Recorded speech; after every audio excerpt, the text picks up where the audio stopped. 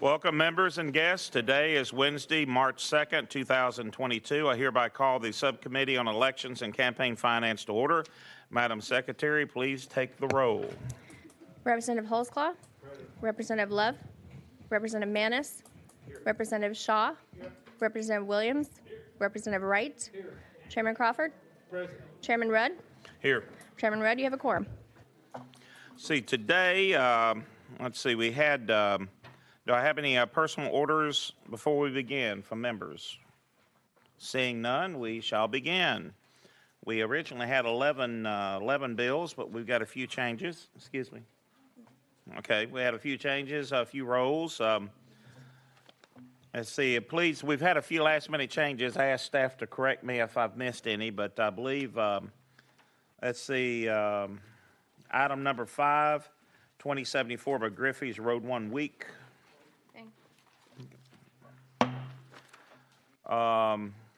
Item number 6, HB 2305 by Griffey is Road 1 week. Item number 7 by Cassida, HB 2011 is Road 1 week. Item number 8, HB 2280 by Powell is Road 1 week. Item number 9 by Shaw, HB 2101 is Road 1 week. Now we shall begin, if I can keep all this straight. On item number 1, HB 2067 by Halsey. We have a motion and second on the bill. Thank you for the motion and the second, and thank you, Chairman and Committee. We have an amendment. Well, I need the drafting code first. Let's see. Is that 12464? That's what I have, Chairman. Okay. Are there a motion and a second on the amendment? You have a motion second on the amendment. All those in favor of adopting the amendment say aye. Aye. Opposed, nay. Amendment goes on the bill. Please tell us about your amended bill. Thank you, Mr. Chairman. This is an equal access ballot bill for minor parties. And I was here once before, and those of you who remember understand that under current law, as a Republican or a Democrat running, for example, for our position as a state representative, you only need 25 signatures. But if you're a minor party and you're a libertarian and you want to put an L beside your name on the ballot, under current law, you have to get 56,082 signatures to do that. This bill changes that because right now, under existing law, if you want to run as a minor party, you have to put an I beside your name for independent. But of course, nobody knows what you believe because independence, anything is not Democrat or Republican. So this bill changes the numbers, and I don't think it's low enough, but these folks that need the bill passed are satisfied with it. This bill lowers those numbers down to a 0.5 percentage instead of 2.5 percentage of the people who voted in the last governor's race. And so that lowers the numbers in this particular case to, it takes 11,217 signatures if you pass this bill. But they say that's attainable, and they're grateful to have it, rather than the 56,000 signatures they would have to have.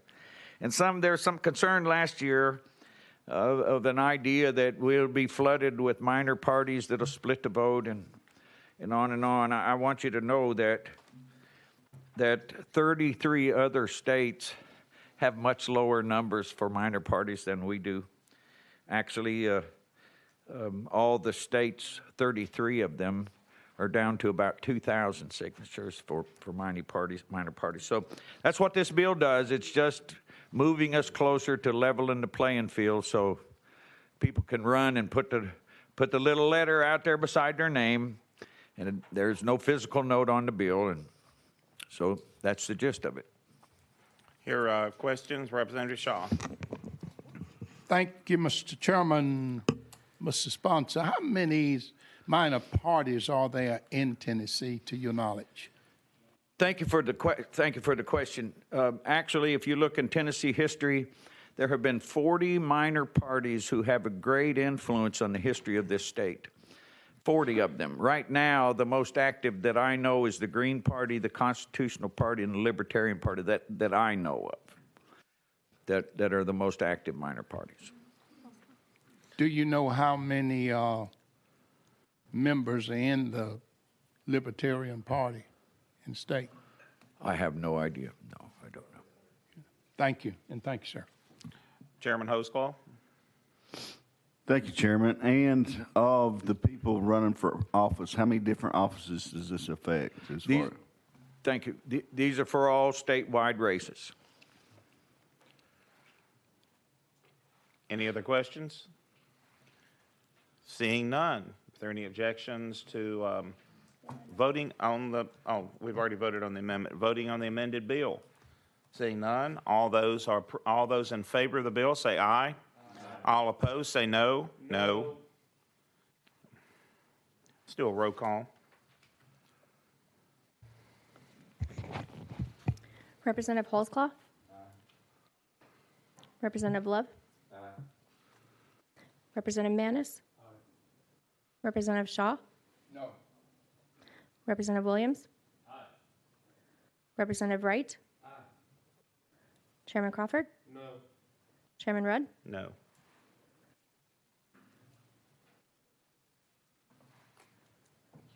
Chairman Rudd, you have 5 ayes, 3 noes. Bill goes on to a full local. Thank you, Mr. Chairman. Thank you, committee. See, next up will be item number 2, HB 2331 by Mr. Brecken. There he is. I have a motion and a second. I believe we have an amendment. I have 14068. That is correct. I have a motion and a second on the amendment. All those in favor of attaching the amendment say aye. Opposed, nay. Amendment is on the bill. Please tell us about your amended bill. All right. The amendment makes the bill. This bill is very straightforward. It will require all our election commissions in all our counties by January 1, 2024 to have voting machines that will provide a verifiable paper trail with their machines. It gives the election commissioner the authority to grant a 2-year extension for people that cannot comply with the first deadline. And the definition of a voter verifiable, paper audit trail means a paper record that is marked either manually by the voter or with the assistance of the device that includes human readable voter selections that the voter may check for accuracy before their vote is cast.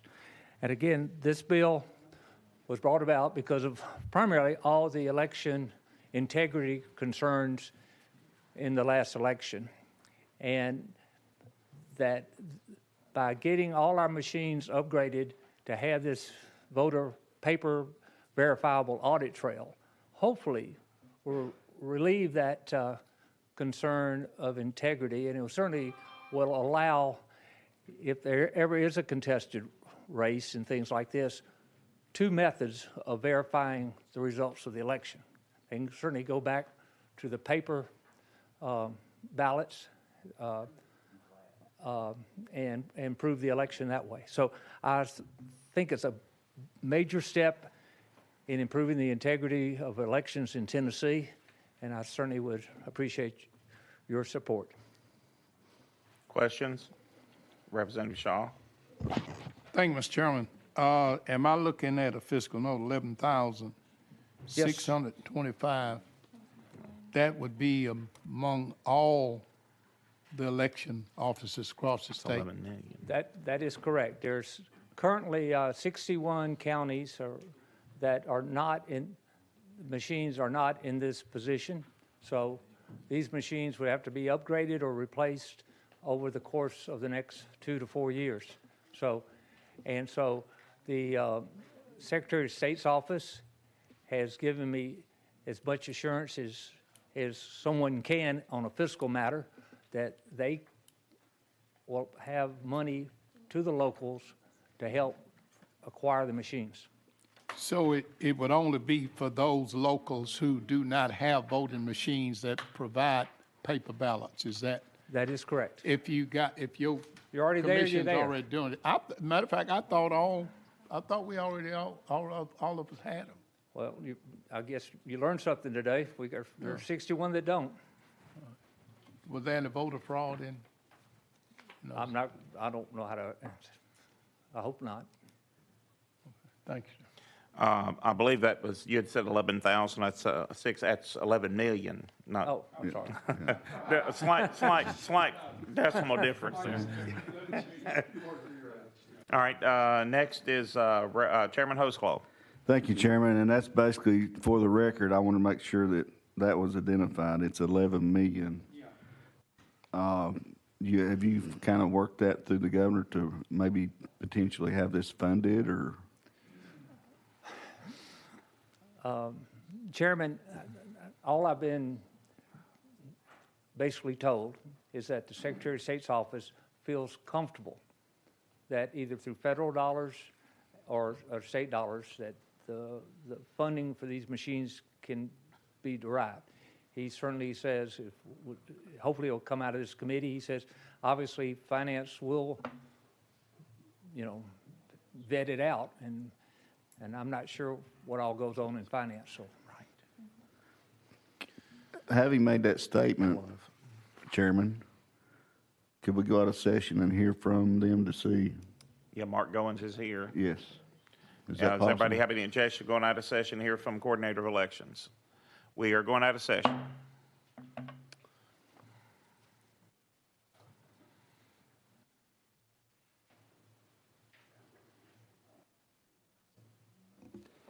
Mark Goins, Coordinator of Elections for the great state of Tennessee. What he has stated is correct. We have committed as best we can to fund the purchase of the equipment. Now, there's ongoing costs that counties have running elections anyway, but there would be an additional cost for the paper record. That would be something that the counties would have to fund, but we have funds that we believe that we could purchase equipment. And for the record, make sure that we're abundantly clear, the $11 million is like the first year. We anticipate that most counties would not do it during the election year because the election's kind of taken off. There's an additional cost. We think most folks would purchase equipment the next budget year, but before 2024, and that's an additional $15 million. 15 million. So what I'm saying is, you're looking over 20-something million, but we have some federal funds that could accommodate that, and it actually could be even more, depending on the 27 million in full candor. 27 million is a low estimate. It's probably going to be more, around 37 million, but we think we can find the funds combining with federal funds and some other things. Ultimately, for the machine purchase, for the 61 counties, we don't believe it would be an unfunded mandate for the machines. Now, they may get what they call poll books or something like that. That's additional. I'm talking about the voting apparatus. Chairman Hosklow. Thank you, Chairman. And so I heard you mention local, so what percentage of money do they have to come up with versus what's federal? So actually, for the federal funds that we have, there is a match, but it's a state match.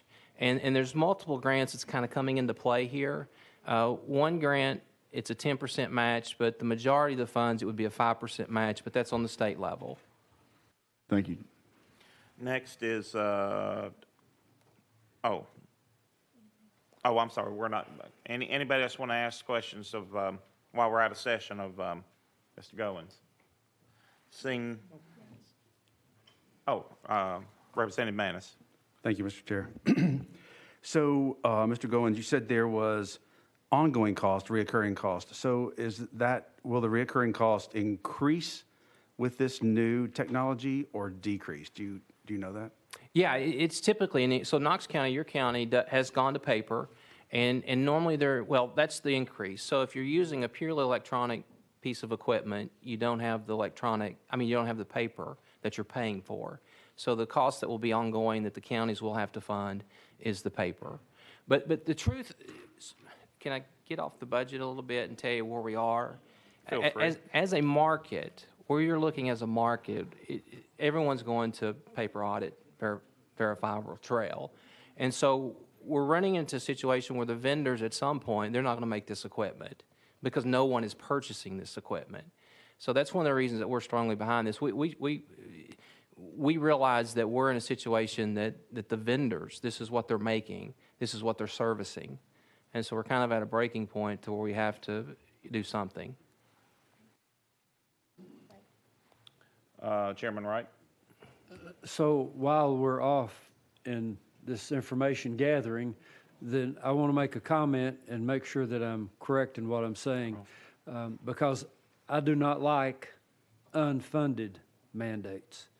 But if we're saying we have a couple of years to get this done, if we say we could have 4 years, it could be an application and come back with 4 years, but eventually we've got to get to paper ballots.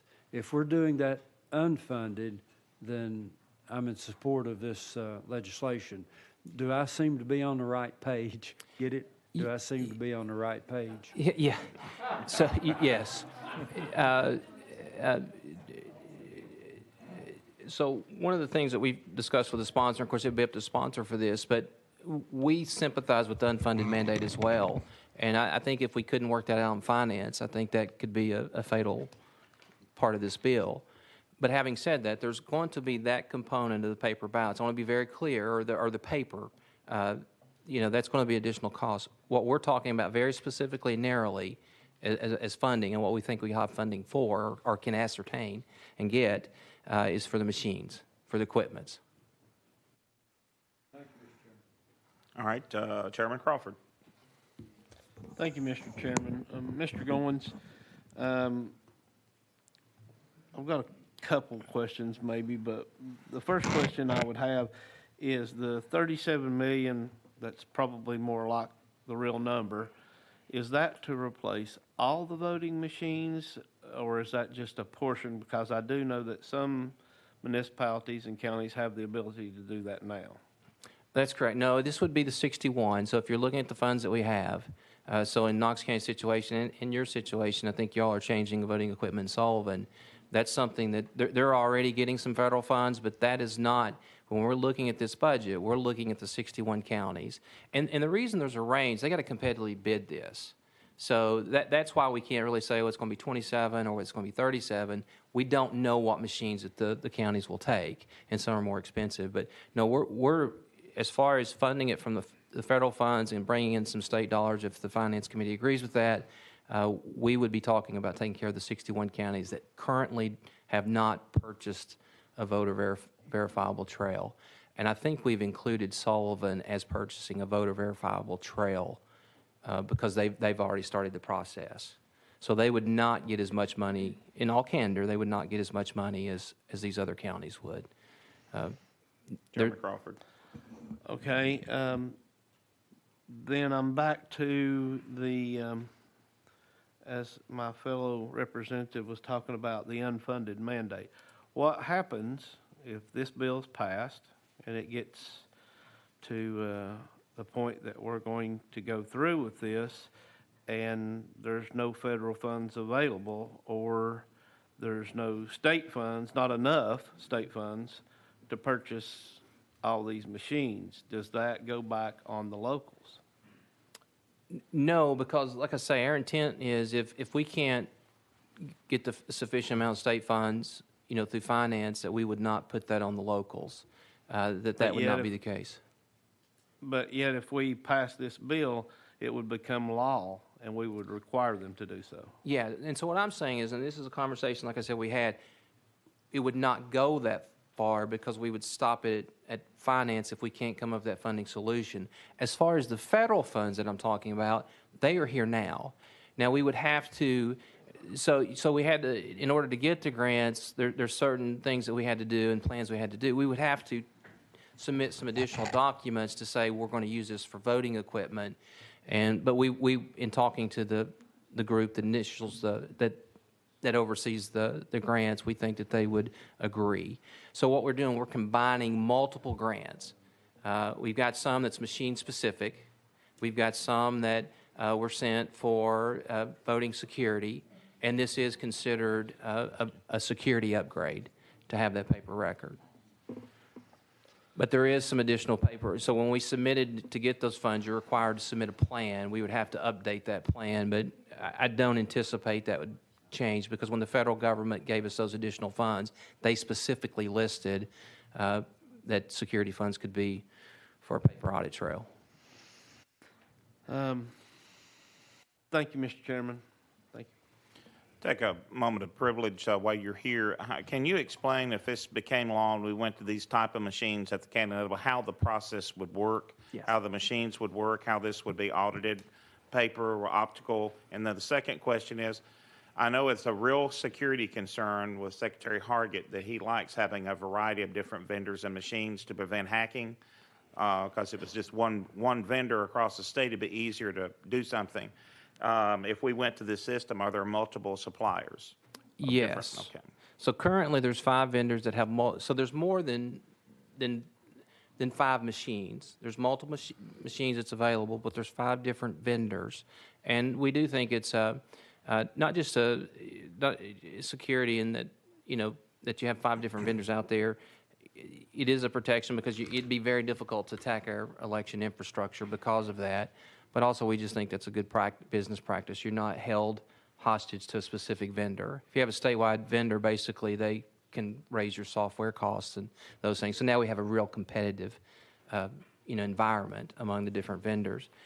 As far as the different methods of voting, and actually when I look at this committee, it's going to apply to all of you because it's a little different depending on your county. Your county in Rutherford County currently uses the microvote system. So after they go through the competitive bid process, they continue to choose that method. It's going to be a little different than Knox County, and I'll explain the difference. Knox County, they go in to vote. They vote on a hand-marked paper ballot, and then they put it into a scanner. There's another machine where that the machine marks the ballot. It's still a paper ballot. The difference is it's not a hand-marked ballot from the individual.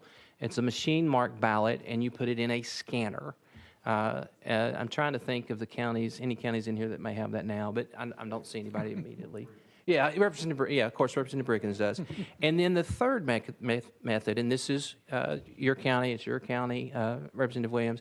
It is a tape, if you will, that's under a clear, it's not glass, it's something else, but it's something clear. And so as the voter is voting, they see how they're voting. So when they vote for Representative Rudd, Tim Rudd, they actually see that. So then they decide, well, I voted for somebody, and I really, John Doe, I really didn't want to. When you deselect, you literally see it erase that vote. So simultaneous as that vote is being cast, it's being recorded.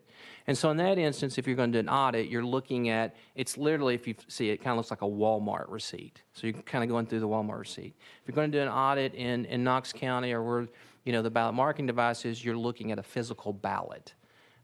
That's the difference. And so what Representative Bricken has done, he has basically taken into consideration all the vendors that we have and looked at the different paper auditable, verifiable audit trail that they have. And so if his bill passes, it would not exclude any vendor. Third question is, how many counties currently with this effect where they'd have to change equipment? He's correct, 61. 61 county, okay. Yeah. Let's see, next we have Representative Shaw. Thank you I didn't have a question for you at first, but now I do. You kept talking, and Sorry. If Representative Brickens hadn't brought this bill, what were y'all going to do with all that money? I mean, it's kind of like you had all that money laying there with nothing to do with it, and all of a sudden you found something. I mean, can you explain to me, were there any plans? I mean, yeah. You don't just get that money to just put in the bank, do you? Well, so interesting enough, we got a major grant originally, and then consistent since then, we've been getting money from the federal government. So it all kind of flowed in. Some of the money which we've already spent was to secure election offices, make sure you have the proper security around elections, making sure you do that. But Voter registration system was a major expenditure that we were doing, an upgrade to the system at the statewide level. We actually did it. We are massively under budget. I think y'all would like to know that. I think the budget was $10 million, and right now when I say massively, we're massively under budget. We think we'll continue to go down that trail. We're rolling out the test on that system now, assuming that that it works well. Then we're going to continue to stay under budget. But part of it's new money, and then part of it, so these 61 counties, many of them have not spent money that's already been allocated to purchase equipment. In Chairman Crawford's example, I think they're exceeding the amount of money that we had budgeted for them, but basically we had developed a plan where every county in the state got $10,000 per precinct and per early voting site. And so when they chose to upgrade their voting equipment or go to a different voting equipment, they got that. So there's a number of those counties that's not spent those funds, and that was the second bite at the apple. So we purchased equipment with the assistance of county commissions, and some use the money and don't need anything additional. Like Hamilton County, when they purchased the equipment they got, they didn't need anything additional. So they spent $10,000 per precinct work for them. Other counties, it may not.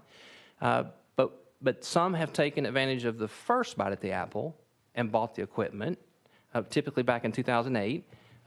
Others have taken advantage of the second bite, which is where Chairman Crawford's county is. But then there's several that haven't. So the money has been sitting there for this purpose for many of them, and then there's a large part of new money, and then the voter registration system. We're very frugal, but at the same time we're safe. One last question. Was there, I know we want paper ballots, and I don't have a problem with paper ballots, but did we have voter fraud in the last election in Tennessee? Well, as I said before, we've identified less than 20, and of those 20, once the prosecutor, so we look at things that look a little suspicious. We'll give it to the prosecutor, they'll investigate it, and then they'll find out whether it truly was voter fraud. So that's what we're talking about. In Tennessee, I feel very comfortable, as I've testified numerous times, that you all have given us the tools, to succeed and be very successful. And, when I see think tanks ranking us number 3 out of all 50, I think there's outside groups that agree with that as well. But it really comes down to the election system and infrastructure that you have. And y'all, this is, that's probably one of the benefits to have an elections committee. Y'all become experts on elections. When I get up here, not only have you ran elections, seen that experience, but y'all hear this over and over. So I feel very good about where we are as far as Tennessee. So I think it's very rare. It's truly hard to cheat in Tennessee, but easy to vote. Chairman, Chairman Hostwall. Thank you, Chairman. And just for clarification and for the record, it says, if this becomes law, it's January 1, 24 or after. So implementation, how long do you think that's going to take? So actually, as far as the effective date, actually it says the amendment would say that upon passage, the public welfare requiring it. But you may be talking about, there is a clause in there that says if there's a hardship, so a county says that they can't purchase it. And where this could come into play, right now you could have a chain of, moving through the chain. There's various things that maybe there's not enough equipment next year. We don't know. We think there will be, but there may not be. So this does give an extension for 2 more years if there's a hardship. And that's the hardship that Secretary Hargan, I can think about, if there's a supply chain issue.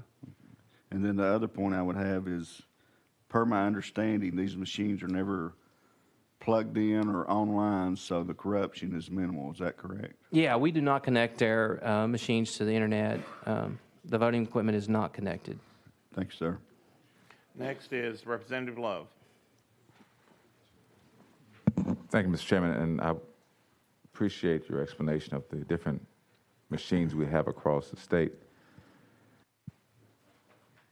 When we're looking at implementation, and much of what has been asked and answered before was what I was going to ask, but I do want to make sure we get clear about this.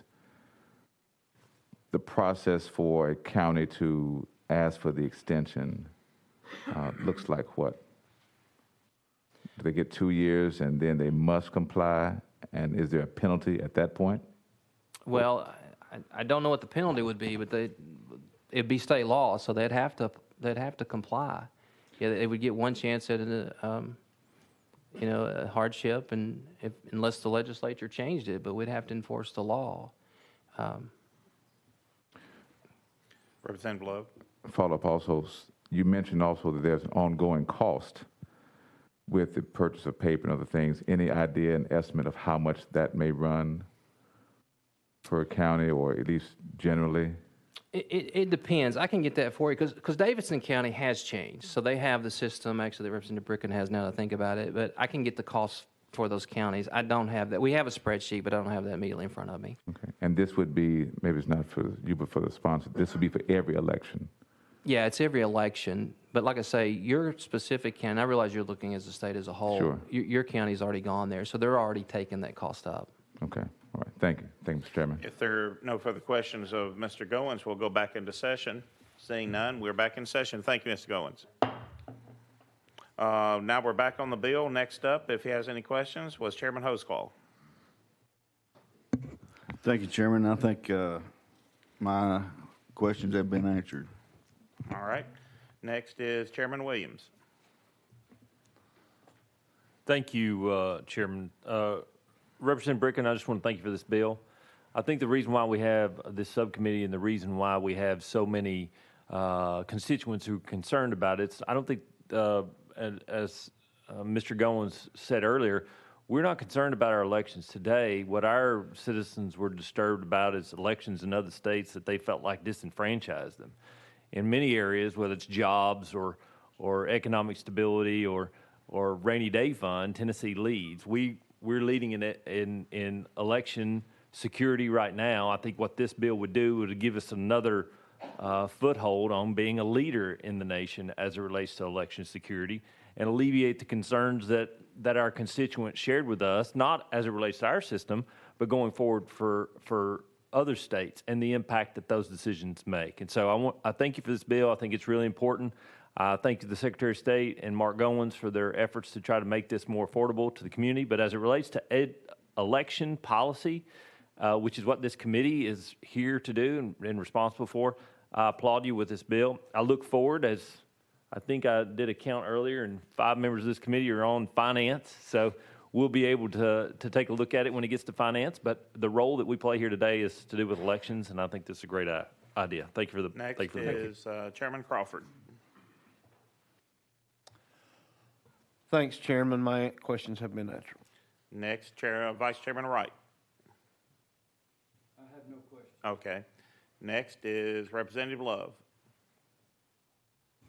Thank you, Mr. Chairman. And much of what I was going to ask has been answered by the coordinator of election. I just want to make sure that as we're talking about the paper ballots and the verifiable paper audit trail, that the implication is we want to make sure that people can know that the vote was cast properly, and we're not casting dispersions upon our election commissions that they did not do that job, but rather we're saying we're going forward to make sure that people feel comfortable. And because sometimes the language we use in explaining a bill, not saying that you did this, but sometimes the language we use implies certain things, and I just wanted to make sure that we appreciate the hard work that our election commissions do to get folks registered to vote, to set up the election sites, to as efficiently and effectively allow people who are qualified to vote to cast their ballots as easy as they can.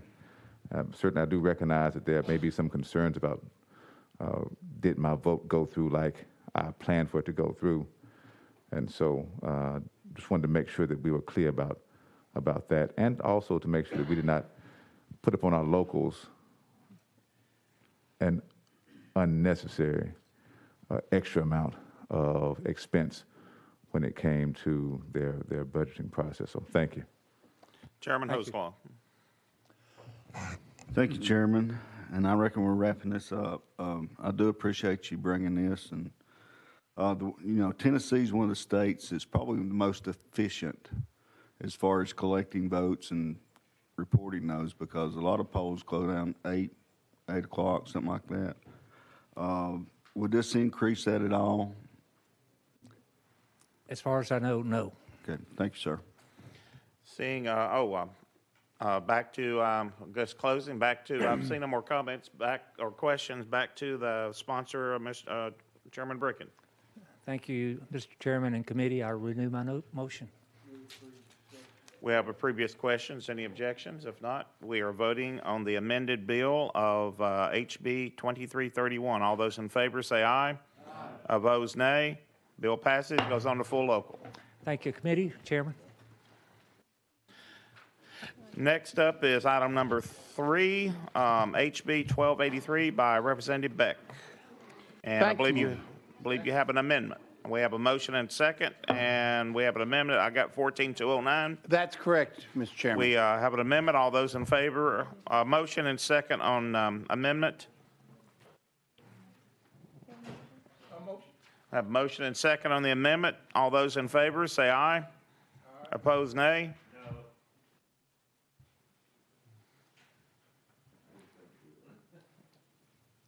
Well, I guess I only have one aye and 2 noes, so I guess the amendment fails. Oh, well, you were quiet. Let's do this. Let's do a question on the amendment because most of the room was. Excuse me. What's this?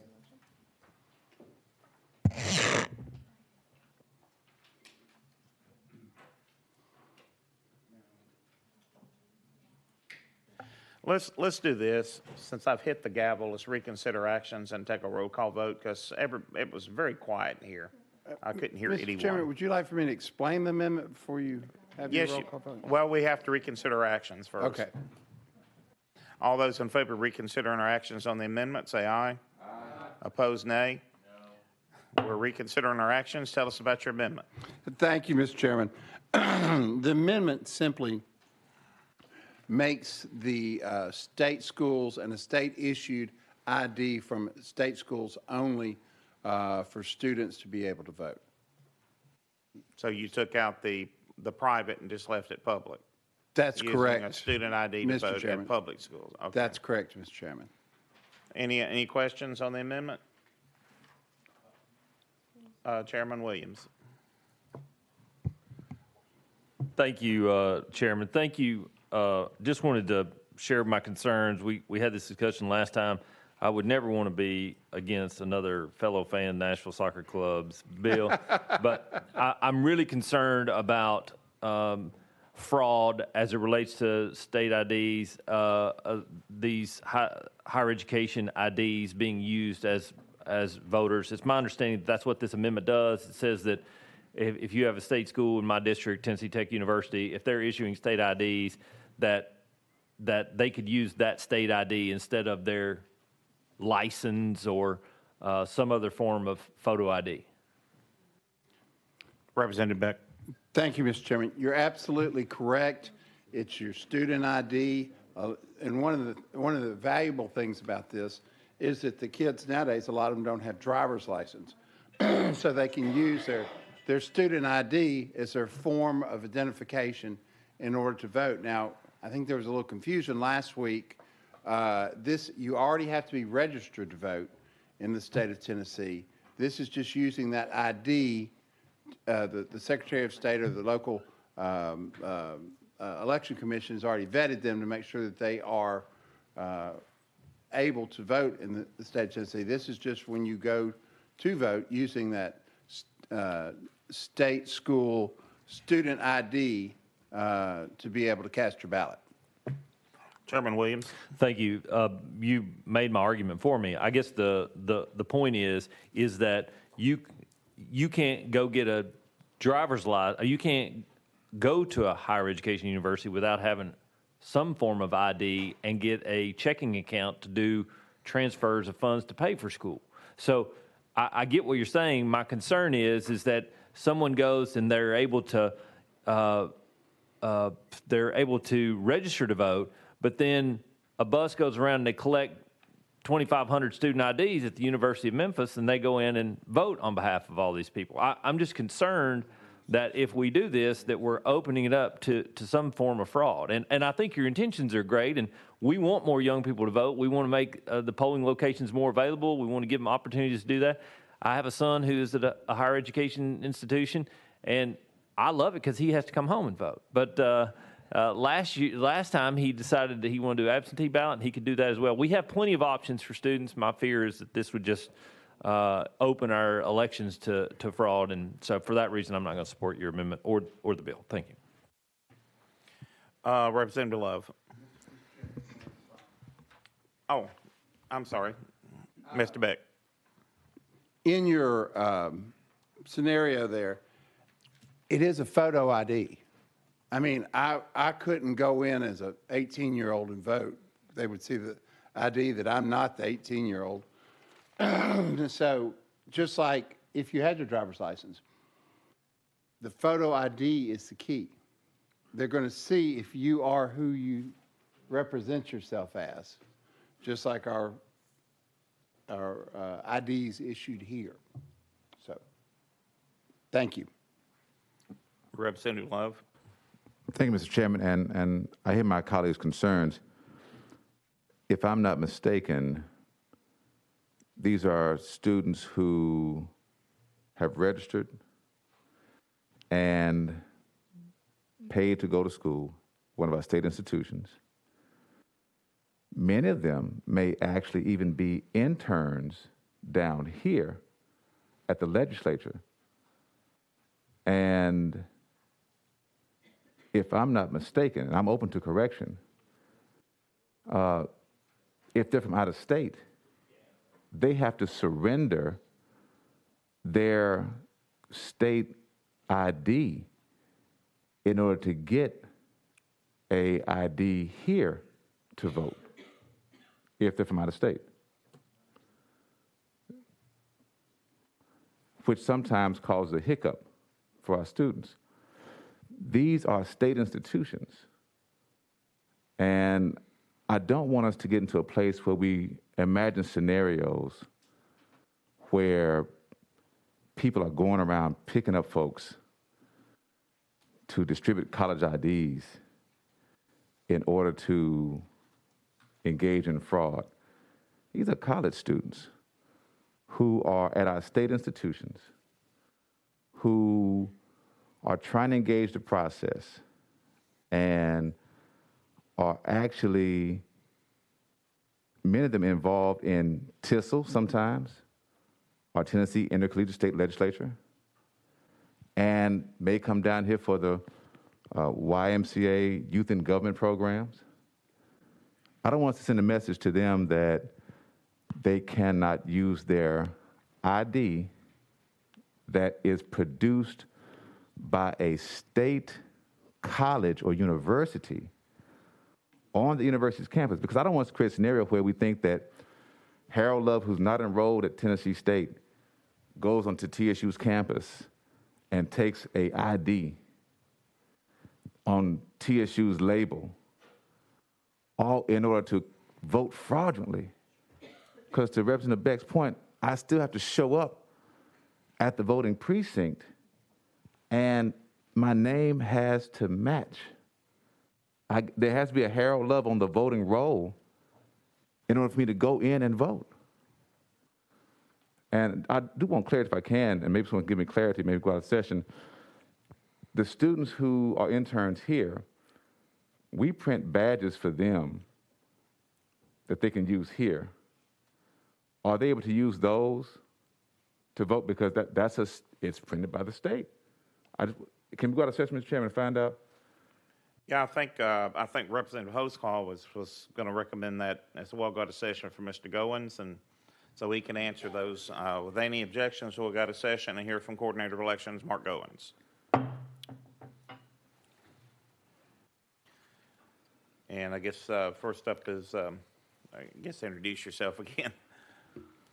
Mark Goins from the greatest state out of all 50, the Coordinator of Elections. Representative Love. You are correct that if someone has a state ID, that state ID would work. And so an intern, if they have an ID that has their photo on it, and if it's issued by the state, then that ID would be acceptable under state law. So let me make sure I'm correct about this. I'm at Tennessee State. I'm interning in Representative from Tennessee Tech area, Williams, I called your name now, Representative Williams' office, I get a ID printed here, and I also have a student ID from Tennessee State, a public institution. I cannot use that Tennessee State issued ID, but I can use the ID that was printed down here at the legislature? Yes, because the difference is in the statute, student IDs is specifically accepted out. So state IDs, with the exception of college student IDs. And I appreciate and I understand. I just want us to understand the difficulty that that presents for a student to comprehend that somehow this same student can't use an identification that's printed for them at an institution where they're paying tuition. But if they intern down here, they can utilize a badge that has the same picture of them on it, their same name on it, to vote, even maybe after they're no longer interning here. Thank you, Mr. Chairman. Representative Chairman Hosfall. Thank you, Chairman. And we've been doing a little research up here, which surprised me. At the age of 18, 39% do not have a driver's license now. That's pretty phenomenal. My question to you is, do you think using a student ID would increase corruption in our voting process? I'm not qualified to answer that question. I'm not trying to dodge it. I think you need to ask someone in law enforcement. I'm not an expert on college IDs. So how the exception got in there, I'll tell you how the exception, I know the history. The history was former Representative Todd and Representative Watson. And they came from, they spoke from the avenue of law enforcement, saying they'd seen falsified IDs, not for voting purposes, but for other purposes. And that's how the exception came in there. It wasn't something that, it was something that the committee back in 2011, when the law passed, they put in the state and local. That's as far as integrity of the IDs. That's if you all tell us to utilize those IDs, then we certainly would look to see how, if we could ascertain if they're falsified. But at the end of the day, it's going to be very difficult in an election setting. Whether it hurts the integrity of the system, I would ask someone else that's more qualified. Thanks, sir. I think one of the great fears has always been expressed in this committee and elsewhere is of all the state IDs, this is the only one that has foreign nationals. Student IDs cover foreigner students. They cover students from out of state, from other counties that may be registered in another county, and that security is a major issue that it could slip through the system. So no other ID, I believe, you don't have a Tennessee driver's license. You can have a temporary permit or you can get a license. But mainly, there's so many foreign students and so many students registered elsewhere that it opens the door. I think that's part of the issue at hand. Chairman Williams. I appreciate my good friend from Davidson County. I think just as a clarification, state issue ID, as it relates to the intent, the verbiage that's in the law, applies to a state issue ID, meaning it was issued by a state entity. In this instance, institutions of higher learning are outposts of the state, but they're not for the very purpose of issuing a state ID. Am I correct? I mean, because you could have, under the premise that being touted here today, an 18-year-old Cookeville High School student could use his student ID at Cookeville High School to go and vote because it's printed in the state, but it's not a state-issued ID. It's an institution. And TSU, Tennessee Tech, are institutions that are in the state, but they're not state-issued IDs. Is that correct? And I hate, it sounds like I'm skirting the question. Once again, I don't know how they would be classified.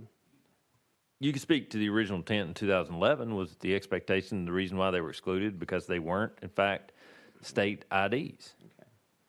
Yeah, well, the main reason I can remember they were excluded, and actually Chairman Rudd is correct, there was some concerns about the fact if someone's not a United States citizen, but they're going to a state school or private school, but state school was the conversation more, that they could get one of these IDs.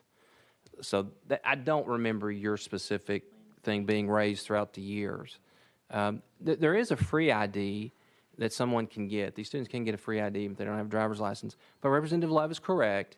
In order to get the free ID or to get a driver's license, you do have to surrender your driver's license from another state.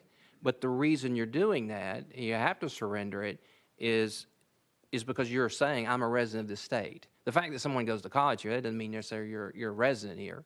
You know, you choose where you want to live. People, you know, we have folks that have home in Florida and home in Tennessee. With college students, very similar. You may have, you know, you may be from Alabama, and that may be your home, and that's what you call home.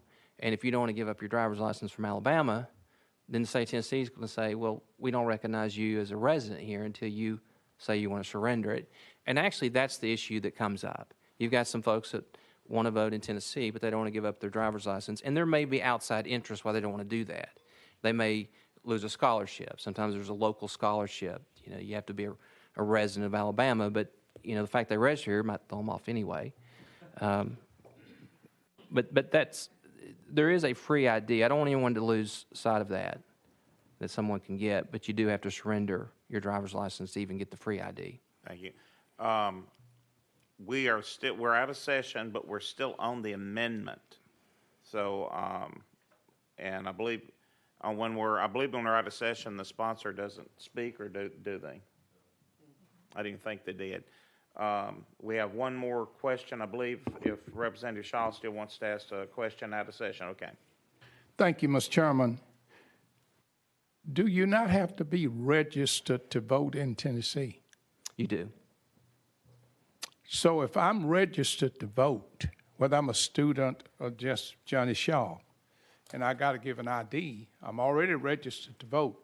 So the ID just really tells you that this is Johnny Shaw, right? Yeah, it's a verification purpose. Right, That you're verifying the person is the person. So how could there be any voter fraud, I guess, then, in student ID if that's the case? Because they got to be registered to vote before they can even use the ID. I see the same principle as anybody else here, because I normally show my driver's license sometime when I go to vote, but I'm a registered voter, what qualifies me to vote. So if a student has gotten registered to vote in whatever county they live in, I can't see how that could be any fraud in any kind of ID they use, because if the ID they present don't match what they look like, you know, that's where the fraud would come. Right. I think the question might be where they're actually domiciled. You know, and I don't want y'all think I'm speaking against the bill, because I'm not speaking against the bill. This is a policy decision that you all get to make, obviously. But I think the situation is the concern, you know, if somebody's in Alabama and they consider that their home, they won't give up their driver's license, well, they ought to vote in Alabama, because that's where they consider their home. And I you know, college students, what we tell people, particularly college students, they need to talk sometimes to their parents, because what will happen, some folks will register to vote in Tennessee, and then their parents find out about it, and there may be another reason why they shouldn't have. And sometimes it's these residency scholarships, other times it's other things, but or the, you know, college students is it's a unique animal. I guess I'm just thinking that, but if you, it's the responsibility of the Election Commission office to make sure that if someone is registered to vote, they are who they are and where they live and all of that. I'm trying to find out where the fraud would be in the ID part if you are registered to vote you know, maybe there are some people registered to vote in more than one state. I don't know, and maybe they do, but that's another story. That's not an ID story. But thank you, Mr. Chairman. Thank you. Seeing no further questions, we'll go back into session. Thank you, Coordinator Goins. We're back in session. We're on the amendments. Yes, Representative Beck. I just wanted to clarify for Chairman Williams. He used the analogy of somebody at the high school. This is specifically for an accredited post-secondary state institution. So the high school ID is not going to work with this bill.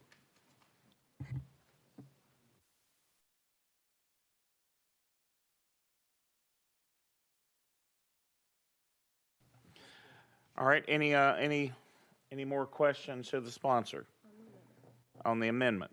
All right, if not, we're voting on the amendment. All those in favor say aye. Aye. Opposed, nay? Nay. Take the roll on the amendment. Representative Holsclaw? Representative Love? Representative Manis? Representative Shaw? Representative Williams? No. Representative Wright? Representative Crawford? No. Representative Rudd? No. Representative Rudd, you have 5 ayes, 3 nays. The amendment is on the bill. Is there any more discussion on the bill from the sponsor as amended? No, Your Honor. I must apologize. You look like Coming a from a judge lawyer, sitting up there. I'll consider that a compliment. No, Mr. Chairman, other than, you know, what we're trying to do is make it easier and get our numbers up for voting. You know, we are slacking on, even though we're great in security, we want more people to vote. And by doing that, we're just making it easier to vote and more accessible. I don't think there's any security threat here, and I would ask for your support. Seeing no further questions, we're ready to vote on the bill. Seeing no objections, we're hereby voting on the bill as amended. HB 1283. All those in favor say aye. Aye. Opposed, nay. Nay. Bill fails. Lack of a majority. Thank you, Mr. Chairman and Committee. Next is, let's see, item number 4, HB 1634 by Representative Griffey. Thank you, Mr. Chairman. You have any amendments? No, there's no Okay. amendments. Please tell us about your bill. I'd like a, Motion and second. So I got a motion and second. Thank you, Mr. Chairman. I'd request a roll call vote on this too, please, if I may. Chairman and members of the committee, House Bill 1634, what it's not is a vote for or against legalization of marijuana.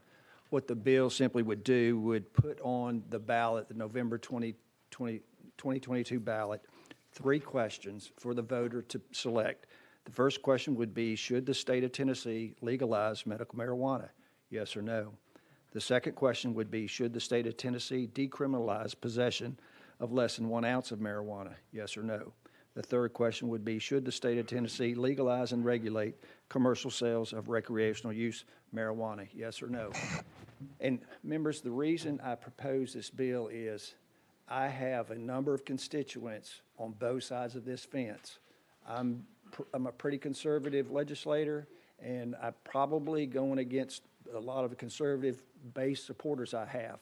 But when I took the oath to represent everyone in the district, I feel like I've got an obligation to hear everybody's voices and bring everybody's matters to this body's attention for consideration. And there's a lot of people that I think strongly feel like we ought to take some action on legalizing marijuana or decriminalizing it, and particularly with regard to medical marijuana. The problem I think many of us have run into, depending on who you ask, you're going to get a different set of numbers whether Tennesseans want this or don't want that. And there's so many, there's financial interests that are involved, political interests that are involved, and to me, the people I trust the most are the voters. And this is simply a public opinion poll that the voters get to participate in and express their opinion on the matter. These 3 questions. It's non-binding. It just has no effect. The General Assembly can simply ignore it or do nothing. But this is, I think, a very inexpensive way for the General Assembly to take the temperature of the Tennessee voters, how they would like us, what action, if any, they would like us to take in regards to this controversial political topic. And with that, I'd move passage of the bill, please. Chairman Williams. Thank you. You've had a busy day today, Representative Griffey. I appreciate your hard work. Many people may not remember this, but I actually had a loved one who passed away from a long battle with prostate cancer, and very passionate about the idea of medical marijuana, but not as it relates to anything else, but only for those that are terminally ill. I like the idea or the premise behind your bill, but I can show you all kinds of empirical data as it relates to polls taken by private interest groups, private other folks.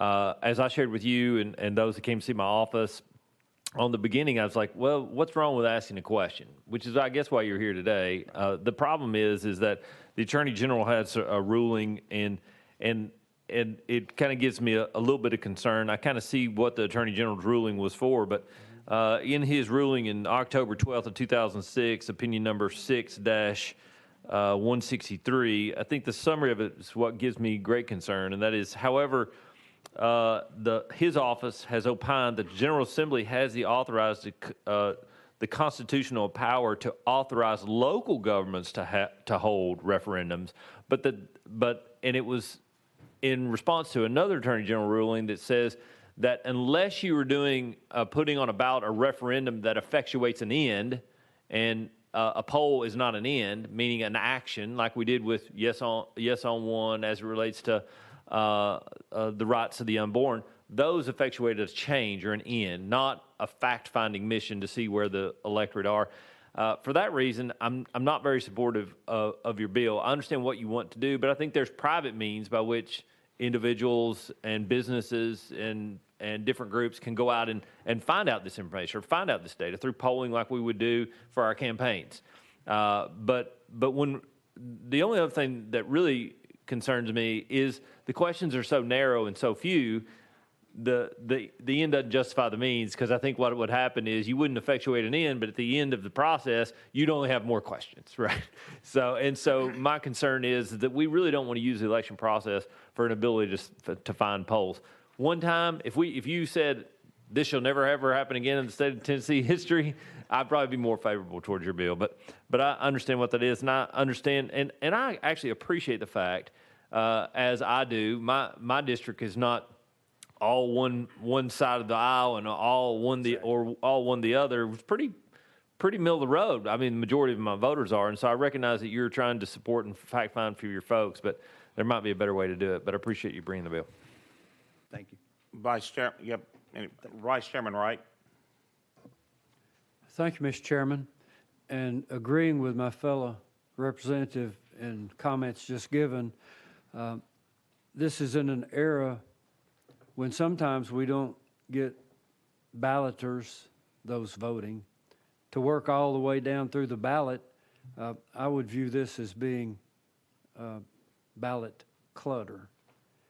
I think we need to pay attention to the things that do get to an end, as my fellow chairman has pointed out.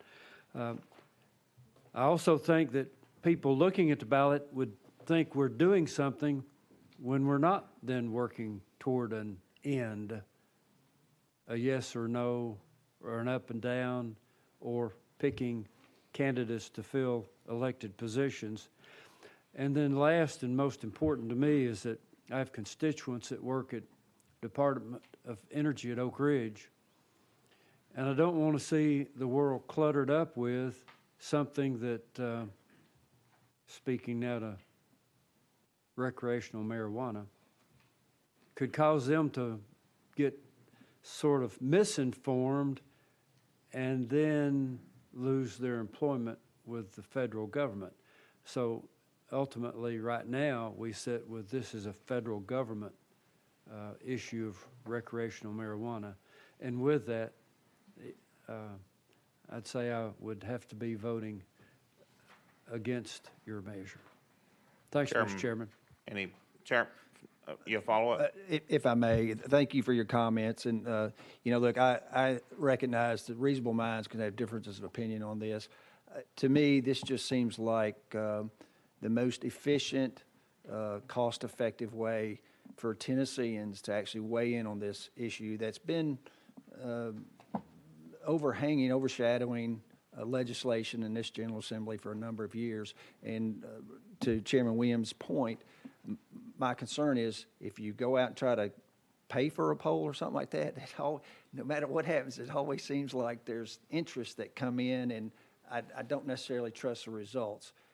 So if we let the citizens of Tennessee know that these 3 questions are going to be on the ballot, I feel extremely confident the word will completely get out. It's non-binding, but at least it gives them an opportunity to let us know how they feel about these 3 questions.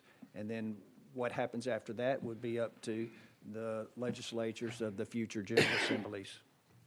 Chairman Crawford? Thank you, Mr. Chairman. Couple things. One, Tennessee already has a form of legalized medical marijuana in the form of the oil base that they can take, which does the exact same thing as what your question would ask about legalization. It says nothing about how it's distributed, how it's taken. So I would assume the question would lead people to think that we're talking about rolling up the marijuana and smoking it. Number 2, is this not a Schedule I drug? Oh, yes. I would defer to legal, of course. I think it's a Schedule 6 on the federal schedule, but it may be Schedule 1 under the Tennessee schedule. I think those schedules flip, but I defer to legal on that.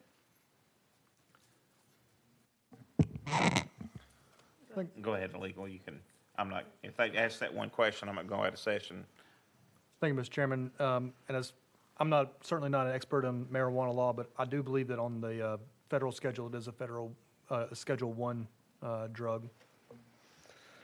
Which, Chairman Crawford? thank you, Mr. Chairman. And so to me, this is a federal issue, and they're the people that need to make those type of decisions, not the state, especially on the decriminalization part of it. Coming from my district, where one side of the street is Virginia and one side of the street is Tennessee, and it's decriminalized in Virginia, you can stand over and smoke a joint, but if you go across the street, they put you in jail. So there's a lot of different areas that I think that could be looked at differently on this particular bill. And going back to what my fellow representative from the Knox County area was saying, we have a hard time getting people to vote past the presidential election and a few state elections, and now we're going to clutter up the ballot with even more questions. And where does this end? I mean, are we going to have a question on the next ballot that says, do you like blue paint or yellow paint? I mean, it's just too open-ended for me. For that reason, I can't support your bill. Representative Shaw? Thank you, Mr. Chairman. I guess my comment's very short. To me, this is the best bill you've had all year. But it looked like it's a little cold in here. That's all I got. Chairman Williams? Let the record reflect that Johnny Shaw and Bruce Griffey agree on something.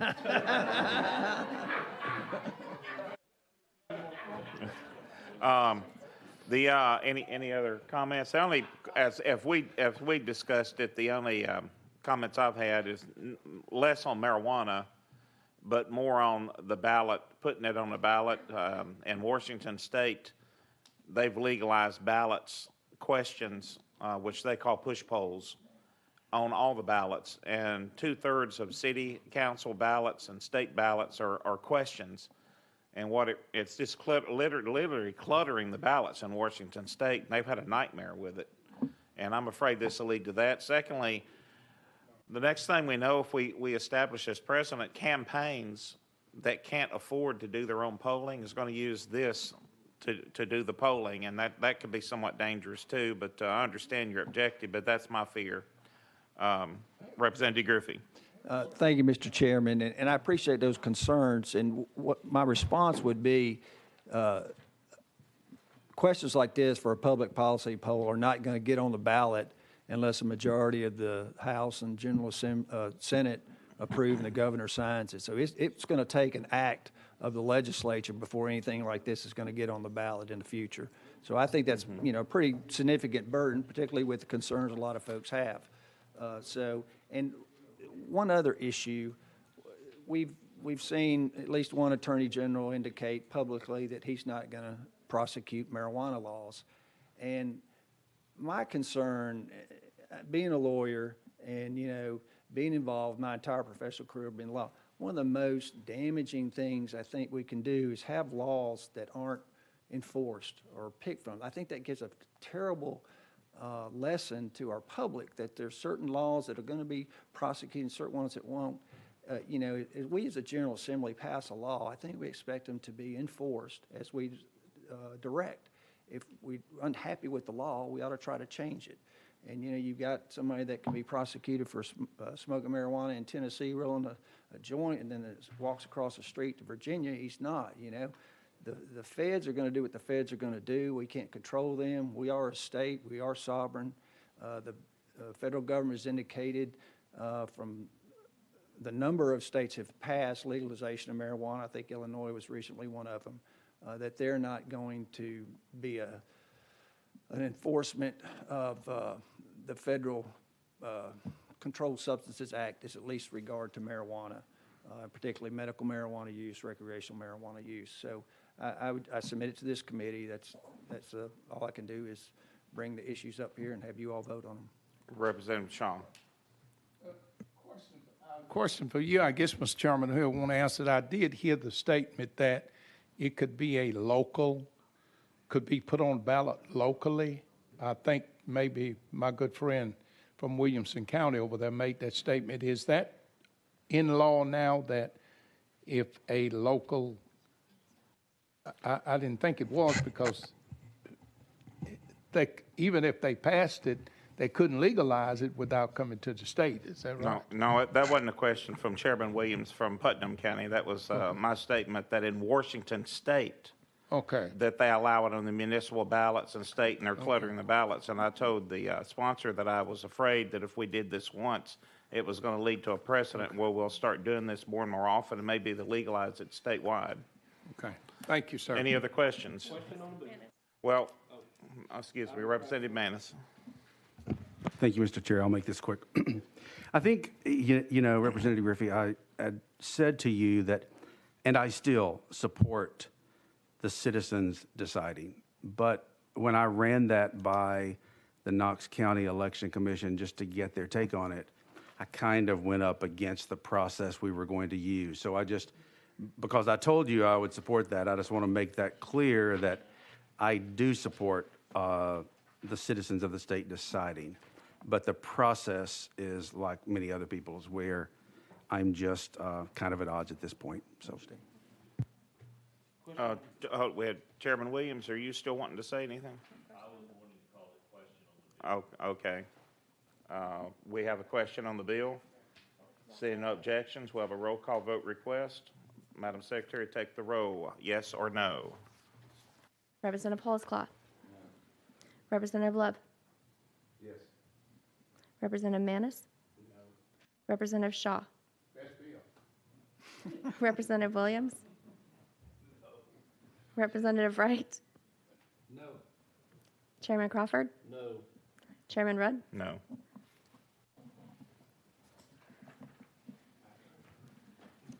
Six noes, 2 ayes.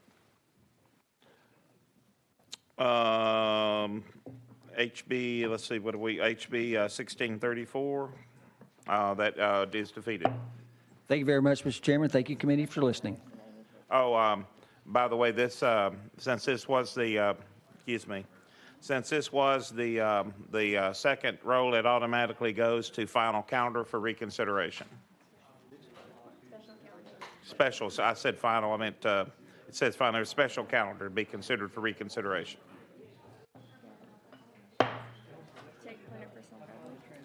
Take a moment of personal privilege. We have two more bills. I also want to recognize that Leadership Rutherford is in the room from my county of Rutherford, and I want to thank you for attending. Hope you're having a good day.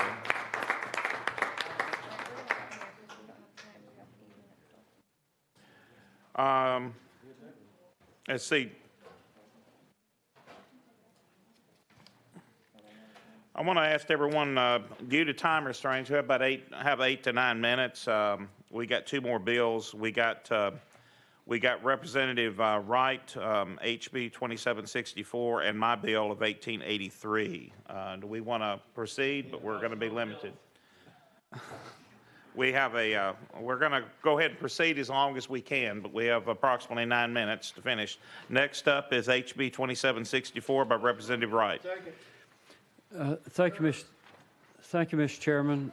This is House Bill 2764, has an amendment 014083, and it makes the bill. That's what I have. All those, there are motion and second. Oh, excuse me. I have a motion and second on the amendment. Question on the amendment. Second, I have a motion and a second on the amendment. And we have a motion on the amendment. Question on the amendment.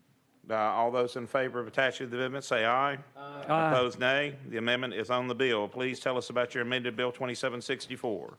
Thank you, Mr. Chairman. The major change of the amendment is to make the requirement for being elected senator or representative to the federal government be 3-year residency as opposed to voting in the past 3 elections. That's the major change of the bill. Any questions on the bill? Seeing no questions, we have a question on the bill. Also, all those in favor of the amended bill 2764 say aye. Aye. Opposed, nay. Bill passes on the full local. And the next up is my bill. This hopefully will not take long. We'll see if we can address it. I did. Oh, yeah, I've got to present my bill, so I'm passing the gavel to Chairman Crawford. Motion on the bill. Question on the bill. We got to name it first.